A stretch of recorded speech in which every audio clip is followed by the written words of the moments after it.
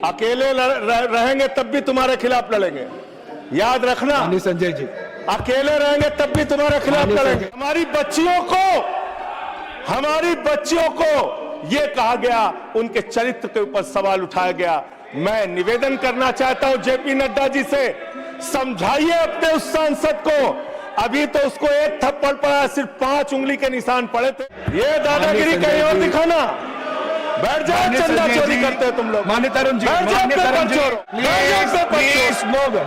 मान्य Sanjay ji, address the chair. की 47 चलाते हैं, छात्रों के सर पे लाठियां चलाते हैं, आंसू गैस के गोले छोड़ते हैं। वो सरकार आतंकवादियों जैसा आचरण कर रही है, आतंकवादियों जैसा व्यवहार कर। ओसीडू टेस्ट कंपनी का पेपर चोर का संबंध देश के प्रधानमंत्री और कई राज्यों के मुख्यमंत्री से है। मानवर में अपनी बात की शुरुआत नीट पेपर लीक के कारण जिन 21 बच्चों ने आत्महत्या करके अपनी जान दी, उनको सर झुका के नमन करते हुए, श्रद्धांजलि देते हुए अपनी बात शुरू करना चाहता हूं। चलो भाई, देखो अपने क्या करता है। मैं उन लोगों को भी श्रद्धांजलि देना चाहता हूं जो पिछले 10 साल में 1,23,000 छात्रों ने सुसाइड किया, आत्महत्या किया, और 2,000 छात्र हर साल सिर्फ पेपर लीक के कारण आत्महत्या की, जिन्होंने मान्यवर, मैं ये बिल पढ़ रहा था और आपने नीट के पेपर लीक के कारण जब 22 लाख बच्चे प्रभावित हुए तो आपने कहा री एग्जाम कराएंगे। पहली बार जब आपने एग्जाम कराया तो 22,80,000 बच्चे उसमें बैठे थे, लेकिन दोबारा जब आपने री एग्जाम कराया तो उसमें मात्र 20 लाख बच्चों ने हिस्सा लिया। 2,80,000 बच्चों ने हिस्सा नहीं लिया। उस गुनाह के लिए, उस पाप के लिए जिम्मेदार कौन है? ये भगवान क्या जुल्म है। दूसरी बात मान्यवर, यह बिल देख के मुझे लगता है कि सरकार खुद स्वीकार कर रही है कि देखो भाई, पेपर लीक तो होगा, पेपर लीक हम नहीं रोक पाएंगे, पेपर लीक होगा। हत्या के खिलाफ सख्त कानून बनता है, बलात्कार के खिलाफ सख्त कानून बनता है। तो कोई हत्या का अपराधी होता है, बलात्कार का अपराधी होता है जिसको सजा मिलती है। पेपर कराने की जिम्मेदारी तो सरकार की है मान्यवर, पेपर कराने की जिम्मेदारी तो सरकार की है। आपको अपने ऊपर कॉन्फिडेंस ही नहीं है कि आप ऐसा पेपर कराएंगे जिसमें पेपर लीक ना हो। यह आपको कॉन्फिडेंस नहीं, इसलिए आप ये कानून लेके आए। कानून में लिखा क्या है? इस कानून में आप लिख रहे हैं 2 महीने में इन्वेस्टिगेशन पूरी हो जाएगी, 3 महीने में ट्रायल खत्म हो जाएगा। 2 महीने में इन्वेस्टिगेशन पूरी हो जाएगी, 3 महीने में ट्रायल खत्म हो जाएगा। कितने कोर्ट है आपके पास? पूरे देश में कितने जजेस हैं आपके पास? फास्ट ट्रैक कोर्ट की असलियत मानने और पता है आपको?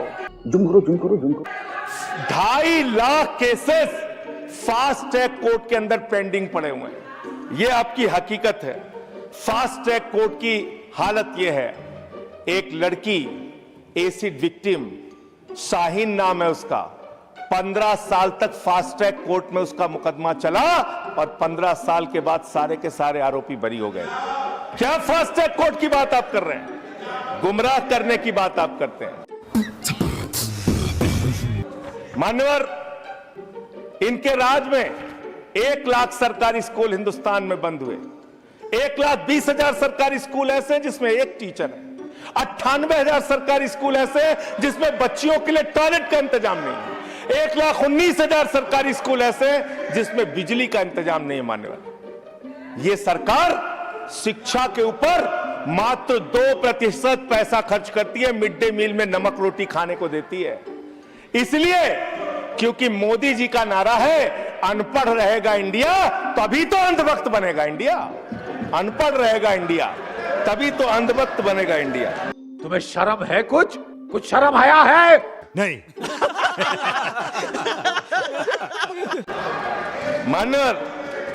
मानवर, इस सरकार ने कोयला चुराया, गैस चुराया, बिजली चुराई, पानी चुराई, शिक्षा चुराया, स्कूल चुराया, अस्पताल चुराया, पेपर चुराया। हम लोगों ने सोचा अब क्या चुराएंगे, बोले हम चंदा भी चुराएंगे, राम का चंदा भी चुराएंगे।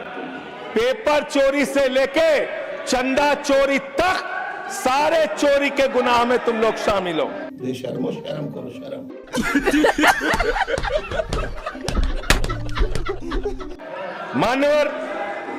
मान्यवर किसान आंदोलन करता है तो खालिस्तानी हो जाता है, किसान आंदोलन करता है तो खालिस्तानी हो जाता है, मुसलमान आंदोलन करता है तो पाकिस्तानी हो जाता है, नौजवान आंदोलन करता है तो चाइनिस्तानी हो जाता है। लेकिन मैं इस सरकार के बारे में कहना चाहता हूं, जो लोग AK-47 चलाते हैं, छात्रों के सर पे लाठियां चलाते हैं, आंसू गैस के गोले छोड़ते हैं, वो सरकार आतंकवादियों जैसा आचरण कर रही है, आतंकवादियों जैसा व्यवहार कर रही है। मैं ये कहना चाहता हूं। मैं आपके माध्यम से इनको एक सुझाव देना चाहता हूं।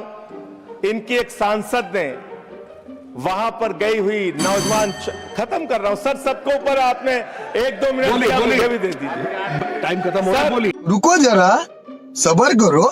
बोलिए सर, अभी तो 3 मिनट बाकी है सर। बोलिए सर, छात्र जो गए वहां आंदोलन करने, उनको बर्बरता पूर्वक मारा गया, लाठियों से पीटा गया सर, उनके सर फोड़ दिए गए, उनके ऊपर आंसू गैस के गोले छोड़े गए, वो चीखते रहे, चिल्लाते रहे, 500 छात्रों को घायल किया। और बिहार के अंदर इन लोगों ने AK-47 चलाया सर। वो आतंकवादी हैं हमारे छात्र, वो हमारे घरों के बच्चे आतंकवादी हैं सर, जिनके ऊपर आपने गोलियां चलाई। यही नहीं, अभी और सुनिए।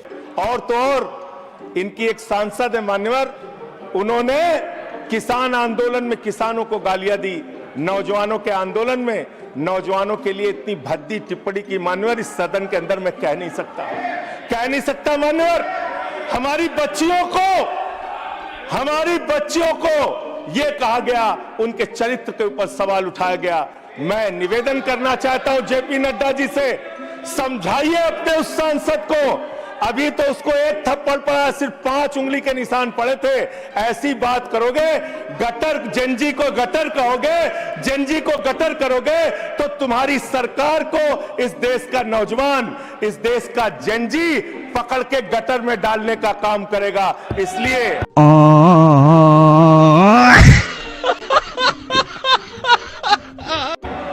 तुम्हारी सरकार को मान्यवर, इसलिए मैं आपसे निवेदन करना चाहता हूं, नौजवानों को गटर जेनजी मत बोलो, तुम्हारी सरकार को उठा के वो गटर में डालने का काम करेंगे।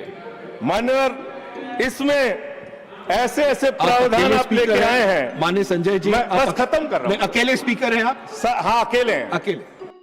बस हवा निकल गई। लेकिन 1 सेकंड सर, मैं ये सोच रहा था कि ये सरकार ऐसा कानून लेके आए, अकेले रहेंगे तब भी तुम्हारे खिलाफ लड़ेंगे, याद रखना। माननीय संजय जी, अकेले रहेंगे तब भी तुम्हारे खिलाफ लड़ेंगे। ये दादागिरी कहीं और दिखाना। बैठ जाओ, चंदा चोरी करते हो तुम लोग। माननीय तरुण जी, बैठ जाओ, पेपर चोरो। माननीय Sanjay ji, address the chair, address the chair, chair को एड्रेस करें, एड्रेस को एड्रेस द चेयर। माननीय संजय जी, मैं खत्म कर रहा हूं सर। एड्रेस द, अरे नहीं, एड्रेस द चेयर। माननीय तरुण जी, पेपर चोर, प्लीज प्लीज। सर, मैं सोच रहा था संजय जी, अंतिम में एक बात खत्म। माननीय तरुण जी, अरे कौन भौंक रहा है ये बदतमीज? बोलने दे, तकलीफ हुआ है बेचारे को।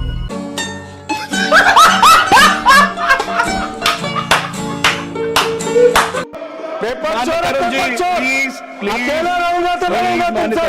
प्लीज, किसी गलत फहमी में मत संजय जी, किसी गलत फहमी में मत जी, समय जा रहा है आपका, समय जा रहा है। हाँ, खत्म एड्रेस करिए सर, एड्रेस द चेयर। मान्यवर, मैं सोच रहा था कि आखिर ये सरकार ये पेपर चोरों के खिलाफ कार्रवाई क्यों नहीं करती? अभी मजा आएगा ना भिड़ो। मुझे ये पता चला मान्यवर, Conclude करिए। ईडू टेस्ट नाम की एक कंपनी, खत्म कर रहा हूं, ईडू टेस्ट नाम की एक कंपनी जो गुजरात के अंदर ब्लैक लिस्टेड हुई, उससे बिहार में पेपर कराया गया, वहां भी ब्लैक लिस्टेड हुई, उसी से यूपी में पेपर कराया गया, वहां से भी ब्लैक लिस्टेड हुई।